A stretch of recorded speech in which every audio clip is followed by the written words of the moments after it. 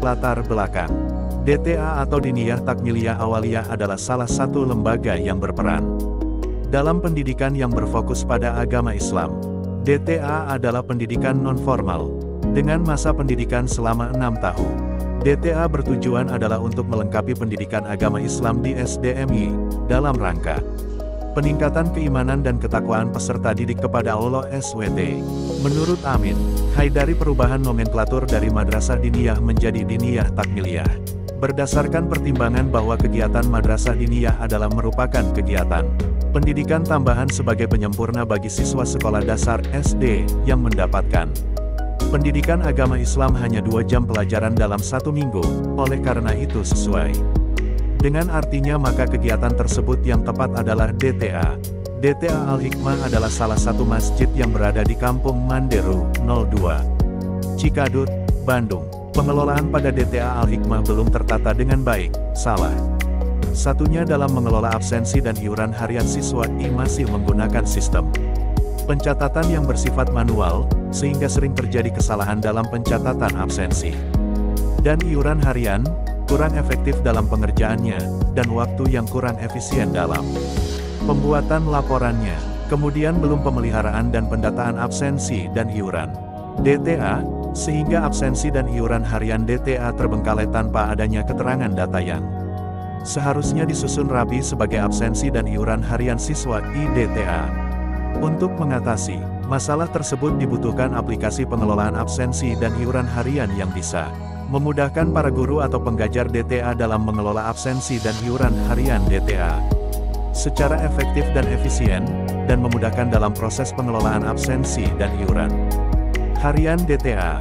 Dari dasar tersebut dikembangkan implementasi aplikasi berbasis mobile dalam absensi dan iuran harian di lingkungan DTA Al-Hikmah. Metode yang digunakan adalah metode prototype. Adapun dalam metode prototype tersebut dilakukan pengumpulan data berupa observasi, wawancara, dokumentasi, dan pustaka-pustaka. Adapun dalam mendesain sistem yang dibangun menggunakan UML, meliputi use case dan activity diagram.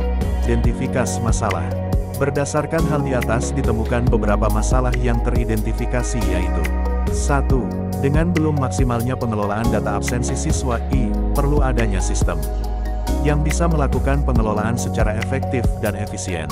2. Dalam pengelolaan iuran harian siswa yang masih dikelola secara manual, belum adanya sistem yang dapat mempermudah guru atau pengajar untuk mencatat uang iuran harian para siswa Rumusan masalah yang dirumuskan adalah 1. Bagaimana cara membangun sistem yang efisien dan efektif untuk mengelola absensi siswa? 2. Bagaimana cara membuat aplikasi yang dapat mempermudah pengelolaan iuran harian siswa? Batasan masalah. 1. Sistem hanya bisa mengelola absensi dan iuran harian siswa 2. Sistem hanya bisa diakses oleh guru atau pengajar DTA Al-Hikmah. 3. Sistem yang dibangun hanya bisa diakses melalui perangkat mobile Android atau iOS. Tujuan penelitian. Penelitian ini bermaksud untuk mempermudah guru atau pengajar mengelola absensi dan iuran harian para siswa Metode yang digunakan untuk melakukan penelitian ini adalah metode prototype. Waktu, Oktober tahun 2023 Januari tahun 2024. Tempat, DTA Al-Hikmah RT 0202. Sistematika penulisan. Penulisan laporan ini disusun dalam 5 bab, dengan tujuan untuk mempermudah pembacaan yang lebih akurat, dan garis besarnya yaitu Bab 1 Pendahuluan. Pada bab ini tentang latar belakang, identifikasi masalah, rumusan masalah, tujuan penelitian, pembatasan masalah, sistematika penulisan dan jadwal penelitian. Bab 2 Landasan teori. Pada bab ini memuat teori yang menjadi dasar pengetahuan yang digunakan dalam menyusun laporan untuk membangun aplikasi pengelolaan absensi dan iuran. Bab 3 Perancangan sistem. Bab ini membahas tentang perancangan sistem penelitian dari DTA Al-Hikmah. Metode penelitian yang digunakan, kebutuhan penelitian, pemodelan sistem, perancangan, basis data dan perancangan antarmuka. Bab 4 Hasil dan pembahasan. Bab ini membahas mengenai hasil dari metode yang digunakan, implementasi sistem. Bab 5 Kesimpulan dan saran. Bab ini membahas tentang tahapan kesimpulan yang diambil berkaitan dengan sistem Yang dibangun dan saran untuk pengembangan sistem selanjutnya manfaat penulisan. Memberikan pengetahuan untuk membuat aplikasi mobile.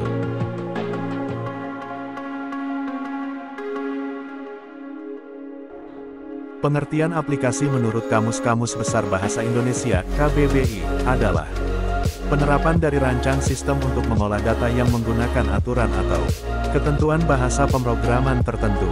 Aplikasi adalah suatu program komputer yang dibuat untuk mengerjakan dan melaksanakan tugas khusus dari user pengguna. Menurut Rahmat Hakim S. 2012/38, aplikasi adalah perangkat lunak yang digunakan untuk tujuan tertentu, seperti mengolah dokumen, mengatur Windows dan permainan, game, dan sebagainya. Aplikasi berbasis mobile atau sering juga disingkat dengan istilah mobile apps adalah aplikasi dari sebuah perangkat lunak yang dalam pengoperasiannya dapat berjalan di perangkat mobile, smartphone, tablet, iPod, dan memiliki sistem operasi yang mendukung perangkat lunak secara standalone. Platform pendistribusian aplikasi mobile yang tersedia biasanya dikelola oleh owner dari mobile operating system, seperti Store, Apple App Store, Google Play Store, Windows Phone, dan BlackBerry App. Siegler, 2008.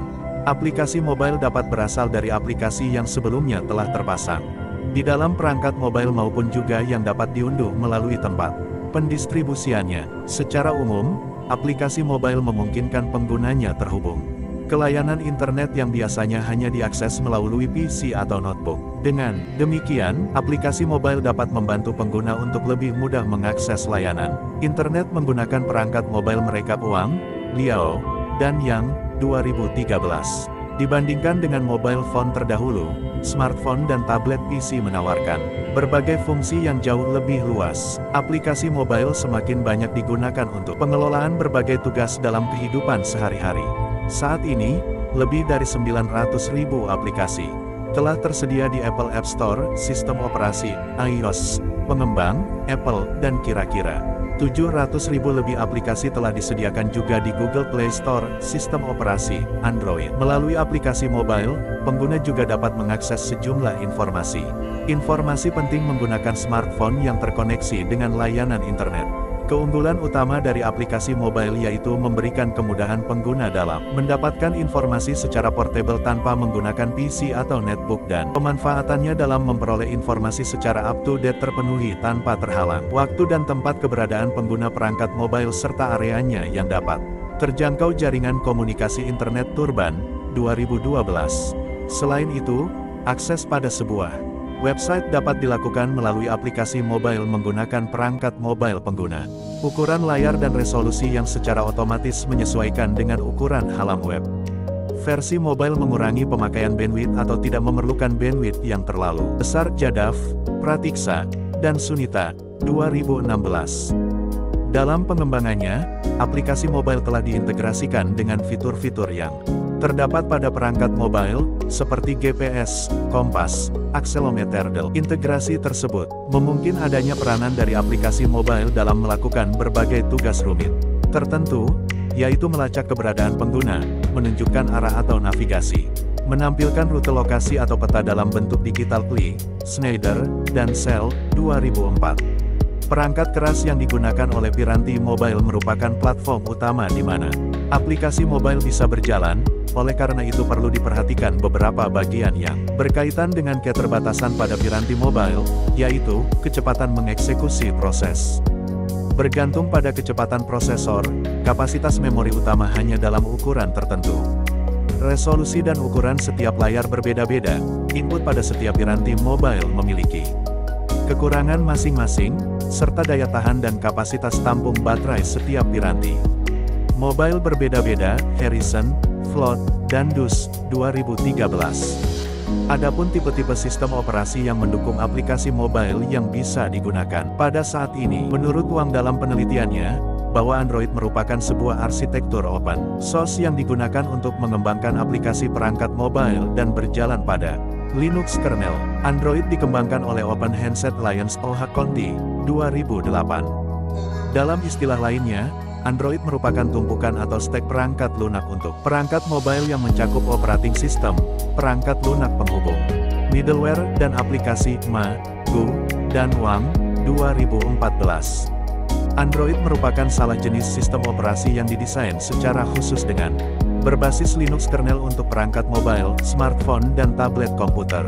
Awalnya, pengembangan dilakukan oleh Android Inc. dengan dukungan Google secara finansial dan kemudian diakuisisi di tahun 2005. Beberapa tahun kemudian, yakni pada tahun 2007, peresmian Android dilakukan secara bersamaan dengan pendirian Open Handset Alliance, perusahaan gabungan. Penggabungan tersebut dimaksudkan dalam meningkatkan parameter terbuka perangkat mobile. Pada bulan Oktober tahun 2008, Android pertama yang berdaya mobile dijual dengan open source dan kodenya dirilis oleh Google di bawah lisensi Apache.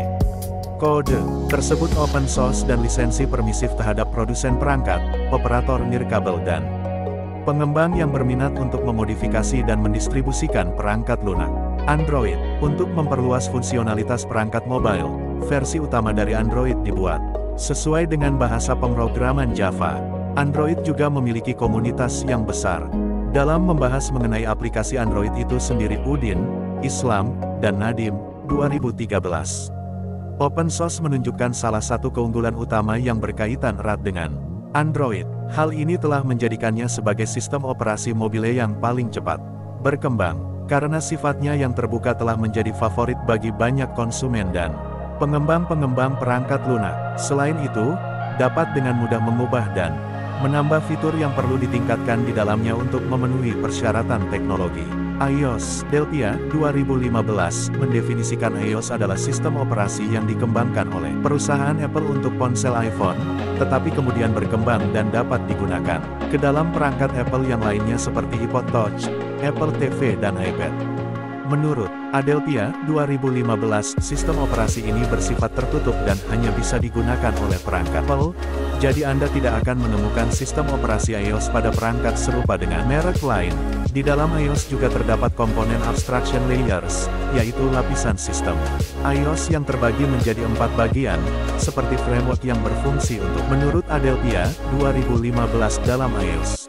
Juga terdapat komponen Darwin yang masih satu keluarga dengan UNIX, beberapa lapisan dalam iOS adalah A. Lapisan yang berhubungan langsung ke hardware atau disebut juga Core OS layer.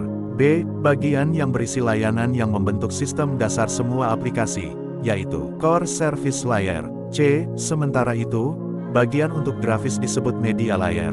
Lapisan ini terbentuk untuk mengarahkan audio, video, dan teknologi grafis lainnya menjadikan iOS kaya akan multimedia. D. Yang terakhir adalah Cocoa Touch Layer. Bagian ini berfungsi untuk interaksi antara user dan optimasi fokus. Keempat bagian tersebut bersatu dalam iOS. Menurut Adelphia, 2015 ada beberapa fitur menarik yang bisa Anda temukan di sistem operasi iOS dalam iPhone. Di antaranya, A. User-friendly.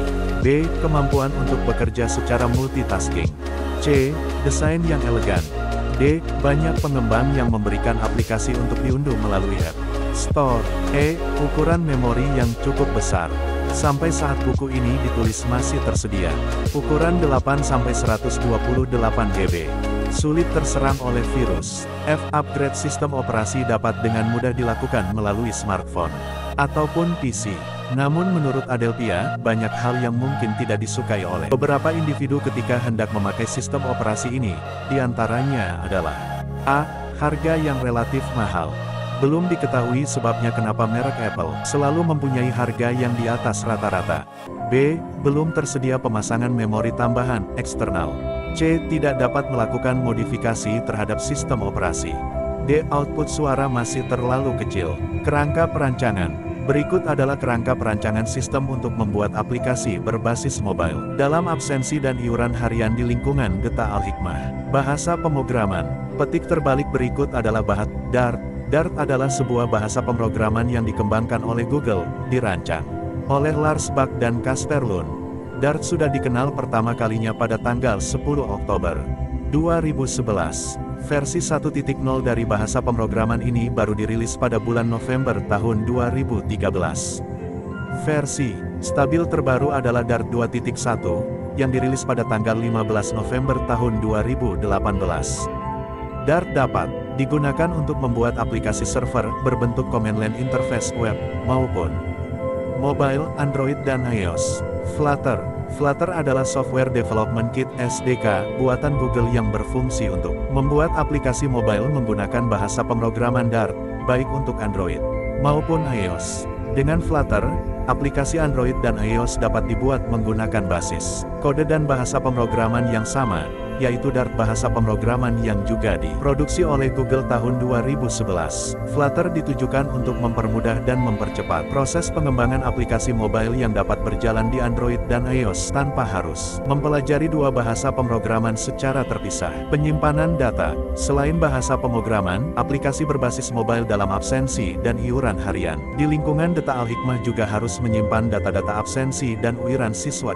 Berikut ini adalah sistem penyimpanan data yang digunakan pada sistem aplikasi berbasis mobile dalam absensi dan iuran harian di lingkungan Data Al-Hikmah. Firebase. Dikutip dari Google, Firebase merupakan platform untuk aplikasi real-time. Ketika data berubah, maka aplikasi yang terhubung dengan Firebase akan mengupdate secara langsung melalui setiap device perangkat, baik website ataupun mobile. Firebase mempunyai library pustaka yang lengkap untuk sebagian besar platform web dan mobile, dan dapat digabungkan dengan berbagai framework lain seperti Node, Java, JavaScript, dan lain-lain. Application Programming Interface (API) untuk menyimpan dan sinkronisasi data akan disimpan sebagai bit dalam bentuk JSON, JavaScript Object Notation, pada cloud dan akan disinkronisasi secara real-time. Terdapat beberapa fitur yang disediakan oleh Firebase adalah sebagai berikut. Firebase merupakan platform untuk aplikasi real-time. Ketika data berubah, maka aplikasi yang terhubung dengan Firebase akan mengupdate secara langsung melalui setiap device perangkat, baik website ataupun mobile. Firebase mempunyai library pustaka yang lengkap untuk sebagian besar platform web dan mobile dan dapat digabungkan dengan berbagai framework lain seperti Node, Java, JavaScript, dan lain-lain. Application Programming Interface (API) untuk menyimpan dan sinkronisasi data akan disimpan sebagai bit dalam bentuk JSON,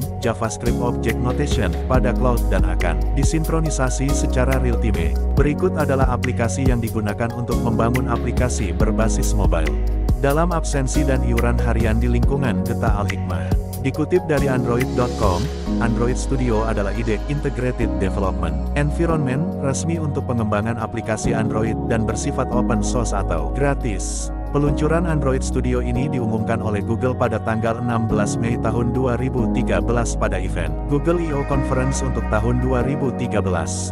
Sejak saat itu, Android Studio menggantikan Eclipse sebagai ide resmi untuk mengembangkan aplikasi Android. Android Studio sendiri dikembangkan berdasarkan IntelliJ IDE yang mirip dengan Eclipse disertai dengan ADT plugin, Android Development Tools. Android Studio memiliki fitur A. Project berbasis pada Gradle build, B. Refactory dan pembenahan bug yang cepat, C. Tools baru yang bernama Lin.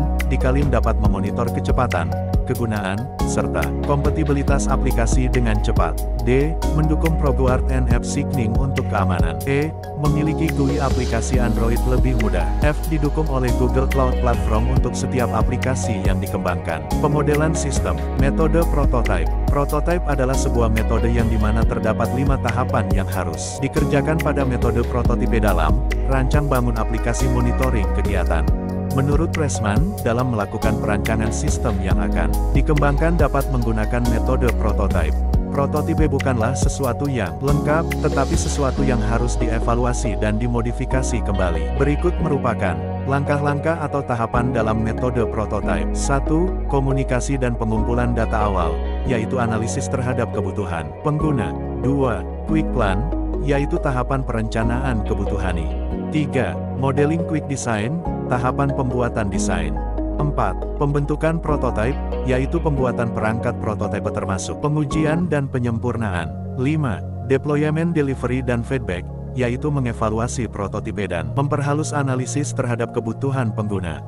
Perbaikan prototipe, yaitu pembuatan tipe yang sebenarnya berdasarkan hasil dari evaluasi prototipe dan selanjutnya produksi akhir, yaitu memproduksi perangkat secara benar sehingga dapat digunakan oleh pengguna. UML, Unified Modeling Language. Merancang bisnis proses adalah menemukan suatu cara untuk menyelesaikan masalah. Salah satu model untuk merancangnya adalah menggunakan UML. UML adalah suatu bahasa yang digunakan untuk menentukan, memvisualisasikan, membangun, dan mendokumentasikan suatu sistem informasi.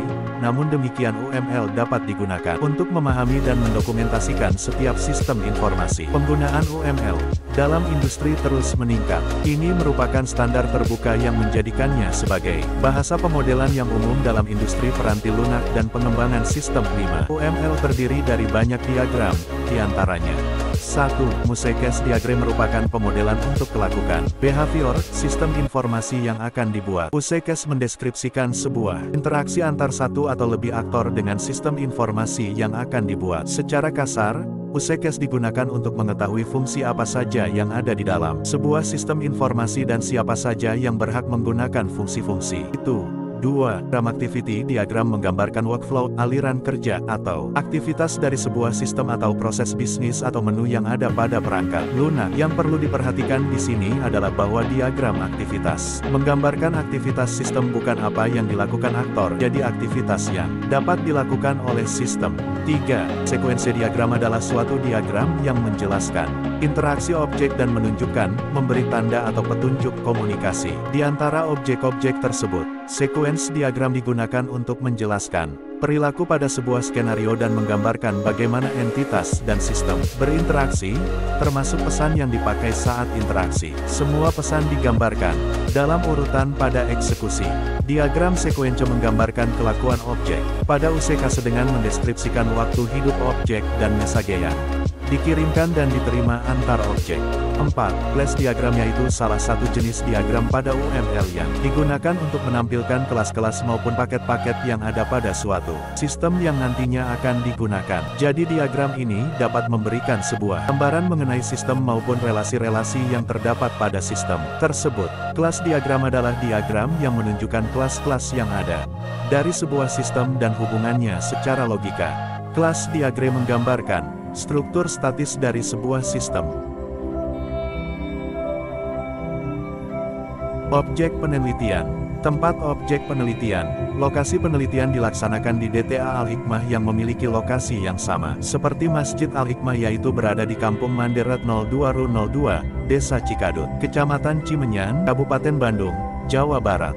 Adapun alasan memilih lokasi penelitian tersebut yaitu ketertarikan untuk membantu para guru dalam mengelola absensi dan iuran harian pada siswa I. Profil tempat penelitian, perancangan, metode penelitian. Dalam melakukan penelitian tugas akhir ini, menggunakan metode prototype yang sudah dijelaskan pada bab sebelumnya. Gambar di atas adalah tahapan yang dilakukan dalam penelitian ini yaitu communication, quick plan, modeling quick design, construction of prototype dan deployment delivery and feedback. Pada fase communication, kegiatan yang dilakukan meliputi observasi, wawancara, dan kajian literatur. Pada fase quick plan yaitu analisis kebutuhan pada sistem yang akan dibangun. Jika prototipe sudah diterima, akan lanjut ke tahap selanjutnya yaitu modeling quick design. Pada tahap ini dilakukan perancangan yang menghasilkan rancangan basis data dan rancangan antarmuka.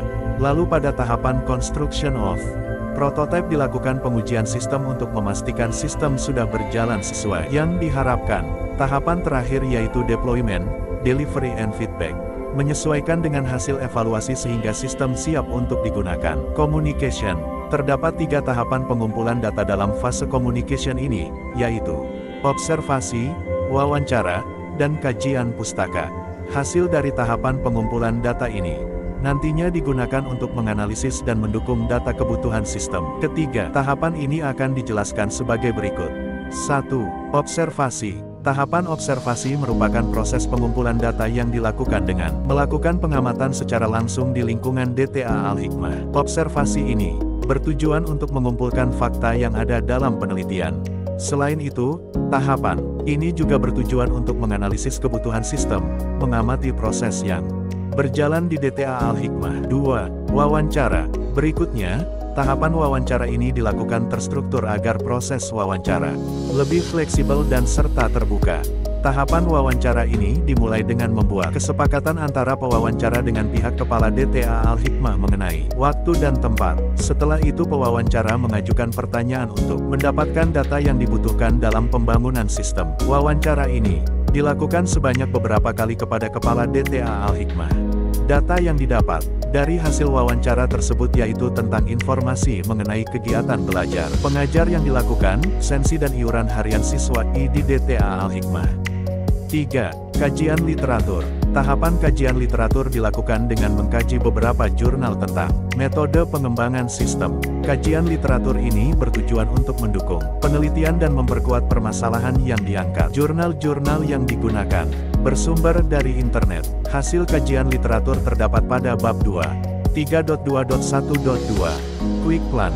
Pada tahapan pengembangan sistem, terdapat analisis kebutuhan perangkat lunak, perangkat keras, analisis kebutuhan masukan, analisis kebutuhan proses, analisis kebutuhan keluaran, dan analisis antarmuka. Perangkat keras dan perangkat lunak yang digunakan. Analisis kebutuhan input, proses dan output. Berikut ini adalah tahapannya. Didapatkan dari analisis kebutuhan untuk pengajar yaitu proses login. Halaman utama, daftar absensi siswa, tambah siswa baru, daftar iuran harian siswa, dan laporan bulanan jumlah iuran. Berikut ini penjelasan lebih rinci mengenai proses masukan input dan keluaran output. Analisis kebutuhan antarmuka. Analisis kebutuhan antarmuka adalah analisis terdapat kebutuhan antarmuka. Analisis ini bertujuan untuk mempermudah dalam perancangan antarmuka pada aplikasi pengelolaan absensi dan iuran. Modeling Quick Design. Use case diagram merupakan gambaran proses interaksi antara aktor dengan sistem secara keseluruhan yang akan dibuat. Pada use case diagram sistem yang akan dibuat, dapat satu aktor yaitu pengajar. Berikut tabel penjelasan tiap use case pada use case diagram di atas. Activity Diagram. Activity Diagram adalah gambaran proses suatu sistem berjalan. Activity Diagram ini juga menunjukkan langkah-langkah suatu proses kerja aplikasi pengelolaan absensi dan iuran harian siswa DTA Al-Hikmah yang telah dirancang pada use case diagram sebelumnya. Terdapat 6 activity diagram yang menggambarkan setiap proses pada aplikasi pengelolaan absensi dan iuran harian siswa DTA Al-Hikmah yang akan dibuat. Berikut penjelasan dari setiap activity diagram. A. Activity diagram login. Pada gambar di bawah dijelaskan langkah-langkah login untuk pengajar. Untuk masuk ke sistem, pengajar diminta login terlebih dahulu dengan memasukkan ID dan password. Jika berhasil akan muncul halaman utama aplikasi. B. Activity diagram menambah data siswa. Pada gambar di bawah menjelaskan langkah-langkah menambah data siswa. Apabila ada siswa baru yang masuk, pengajar bisa memasukkan data siswa baru. Dengan memasukkan nama siswa dan kelas pada sekolah formal, sistem dapat melakukan proses menambahkan dan menghapus data siswa. C. Activity diagram mengelola absensi siswa. Pada gambar di bawah menjelaskan langkah-langkah mengelola absensi siswa. Pengajar mengelola absensi siswa dengan memilih hadir atau tidak hadir. Sistem dapat melakukan menambahkan, menyunting atau edit, menghapus dan melihat absensi siswa. D. Activity diagram mengelola iuran harian siswa. Pada gambar di bawah menjelaskan langkah-langkah mengelola iuran harian siswa.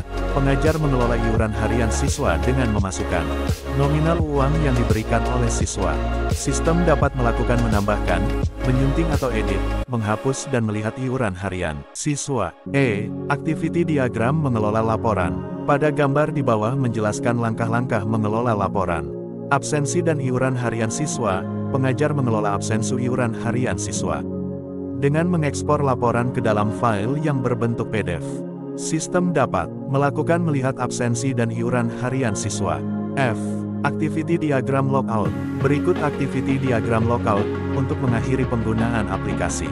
Perancangan antarmuka. Tahapan perancangan antarmuka akan mempermudah pengguna untuk memahami sistem yang akan dibuat. A. Antarmuka login. Berikut ini merupakan rancangan halaman login yang digunakan aktor untuk masuk ke sistem. Dalam melakukan login, pengajar memasukkan data berupa siswa dan password. B. Antarmuka halaman utama. Berikut merupakan rancangan tampilan dashboard, yakni tampilan setelah aktor berhasil login. C. Antarmuka menambah siswa baru.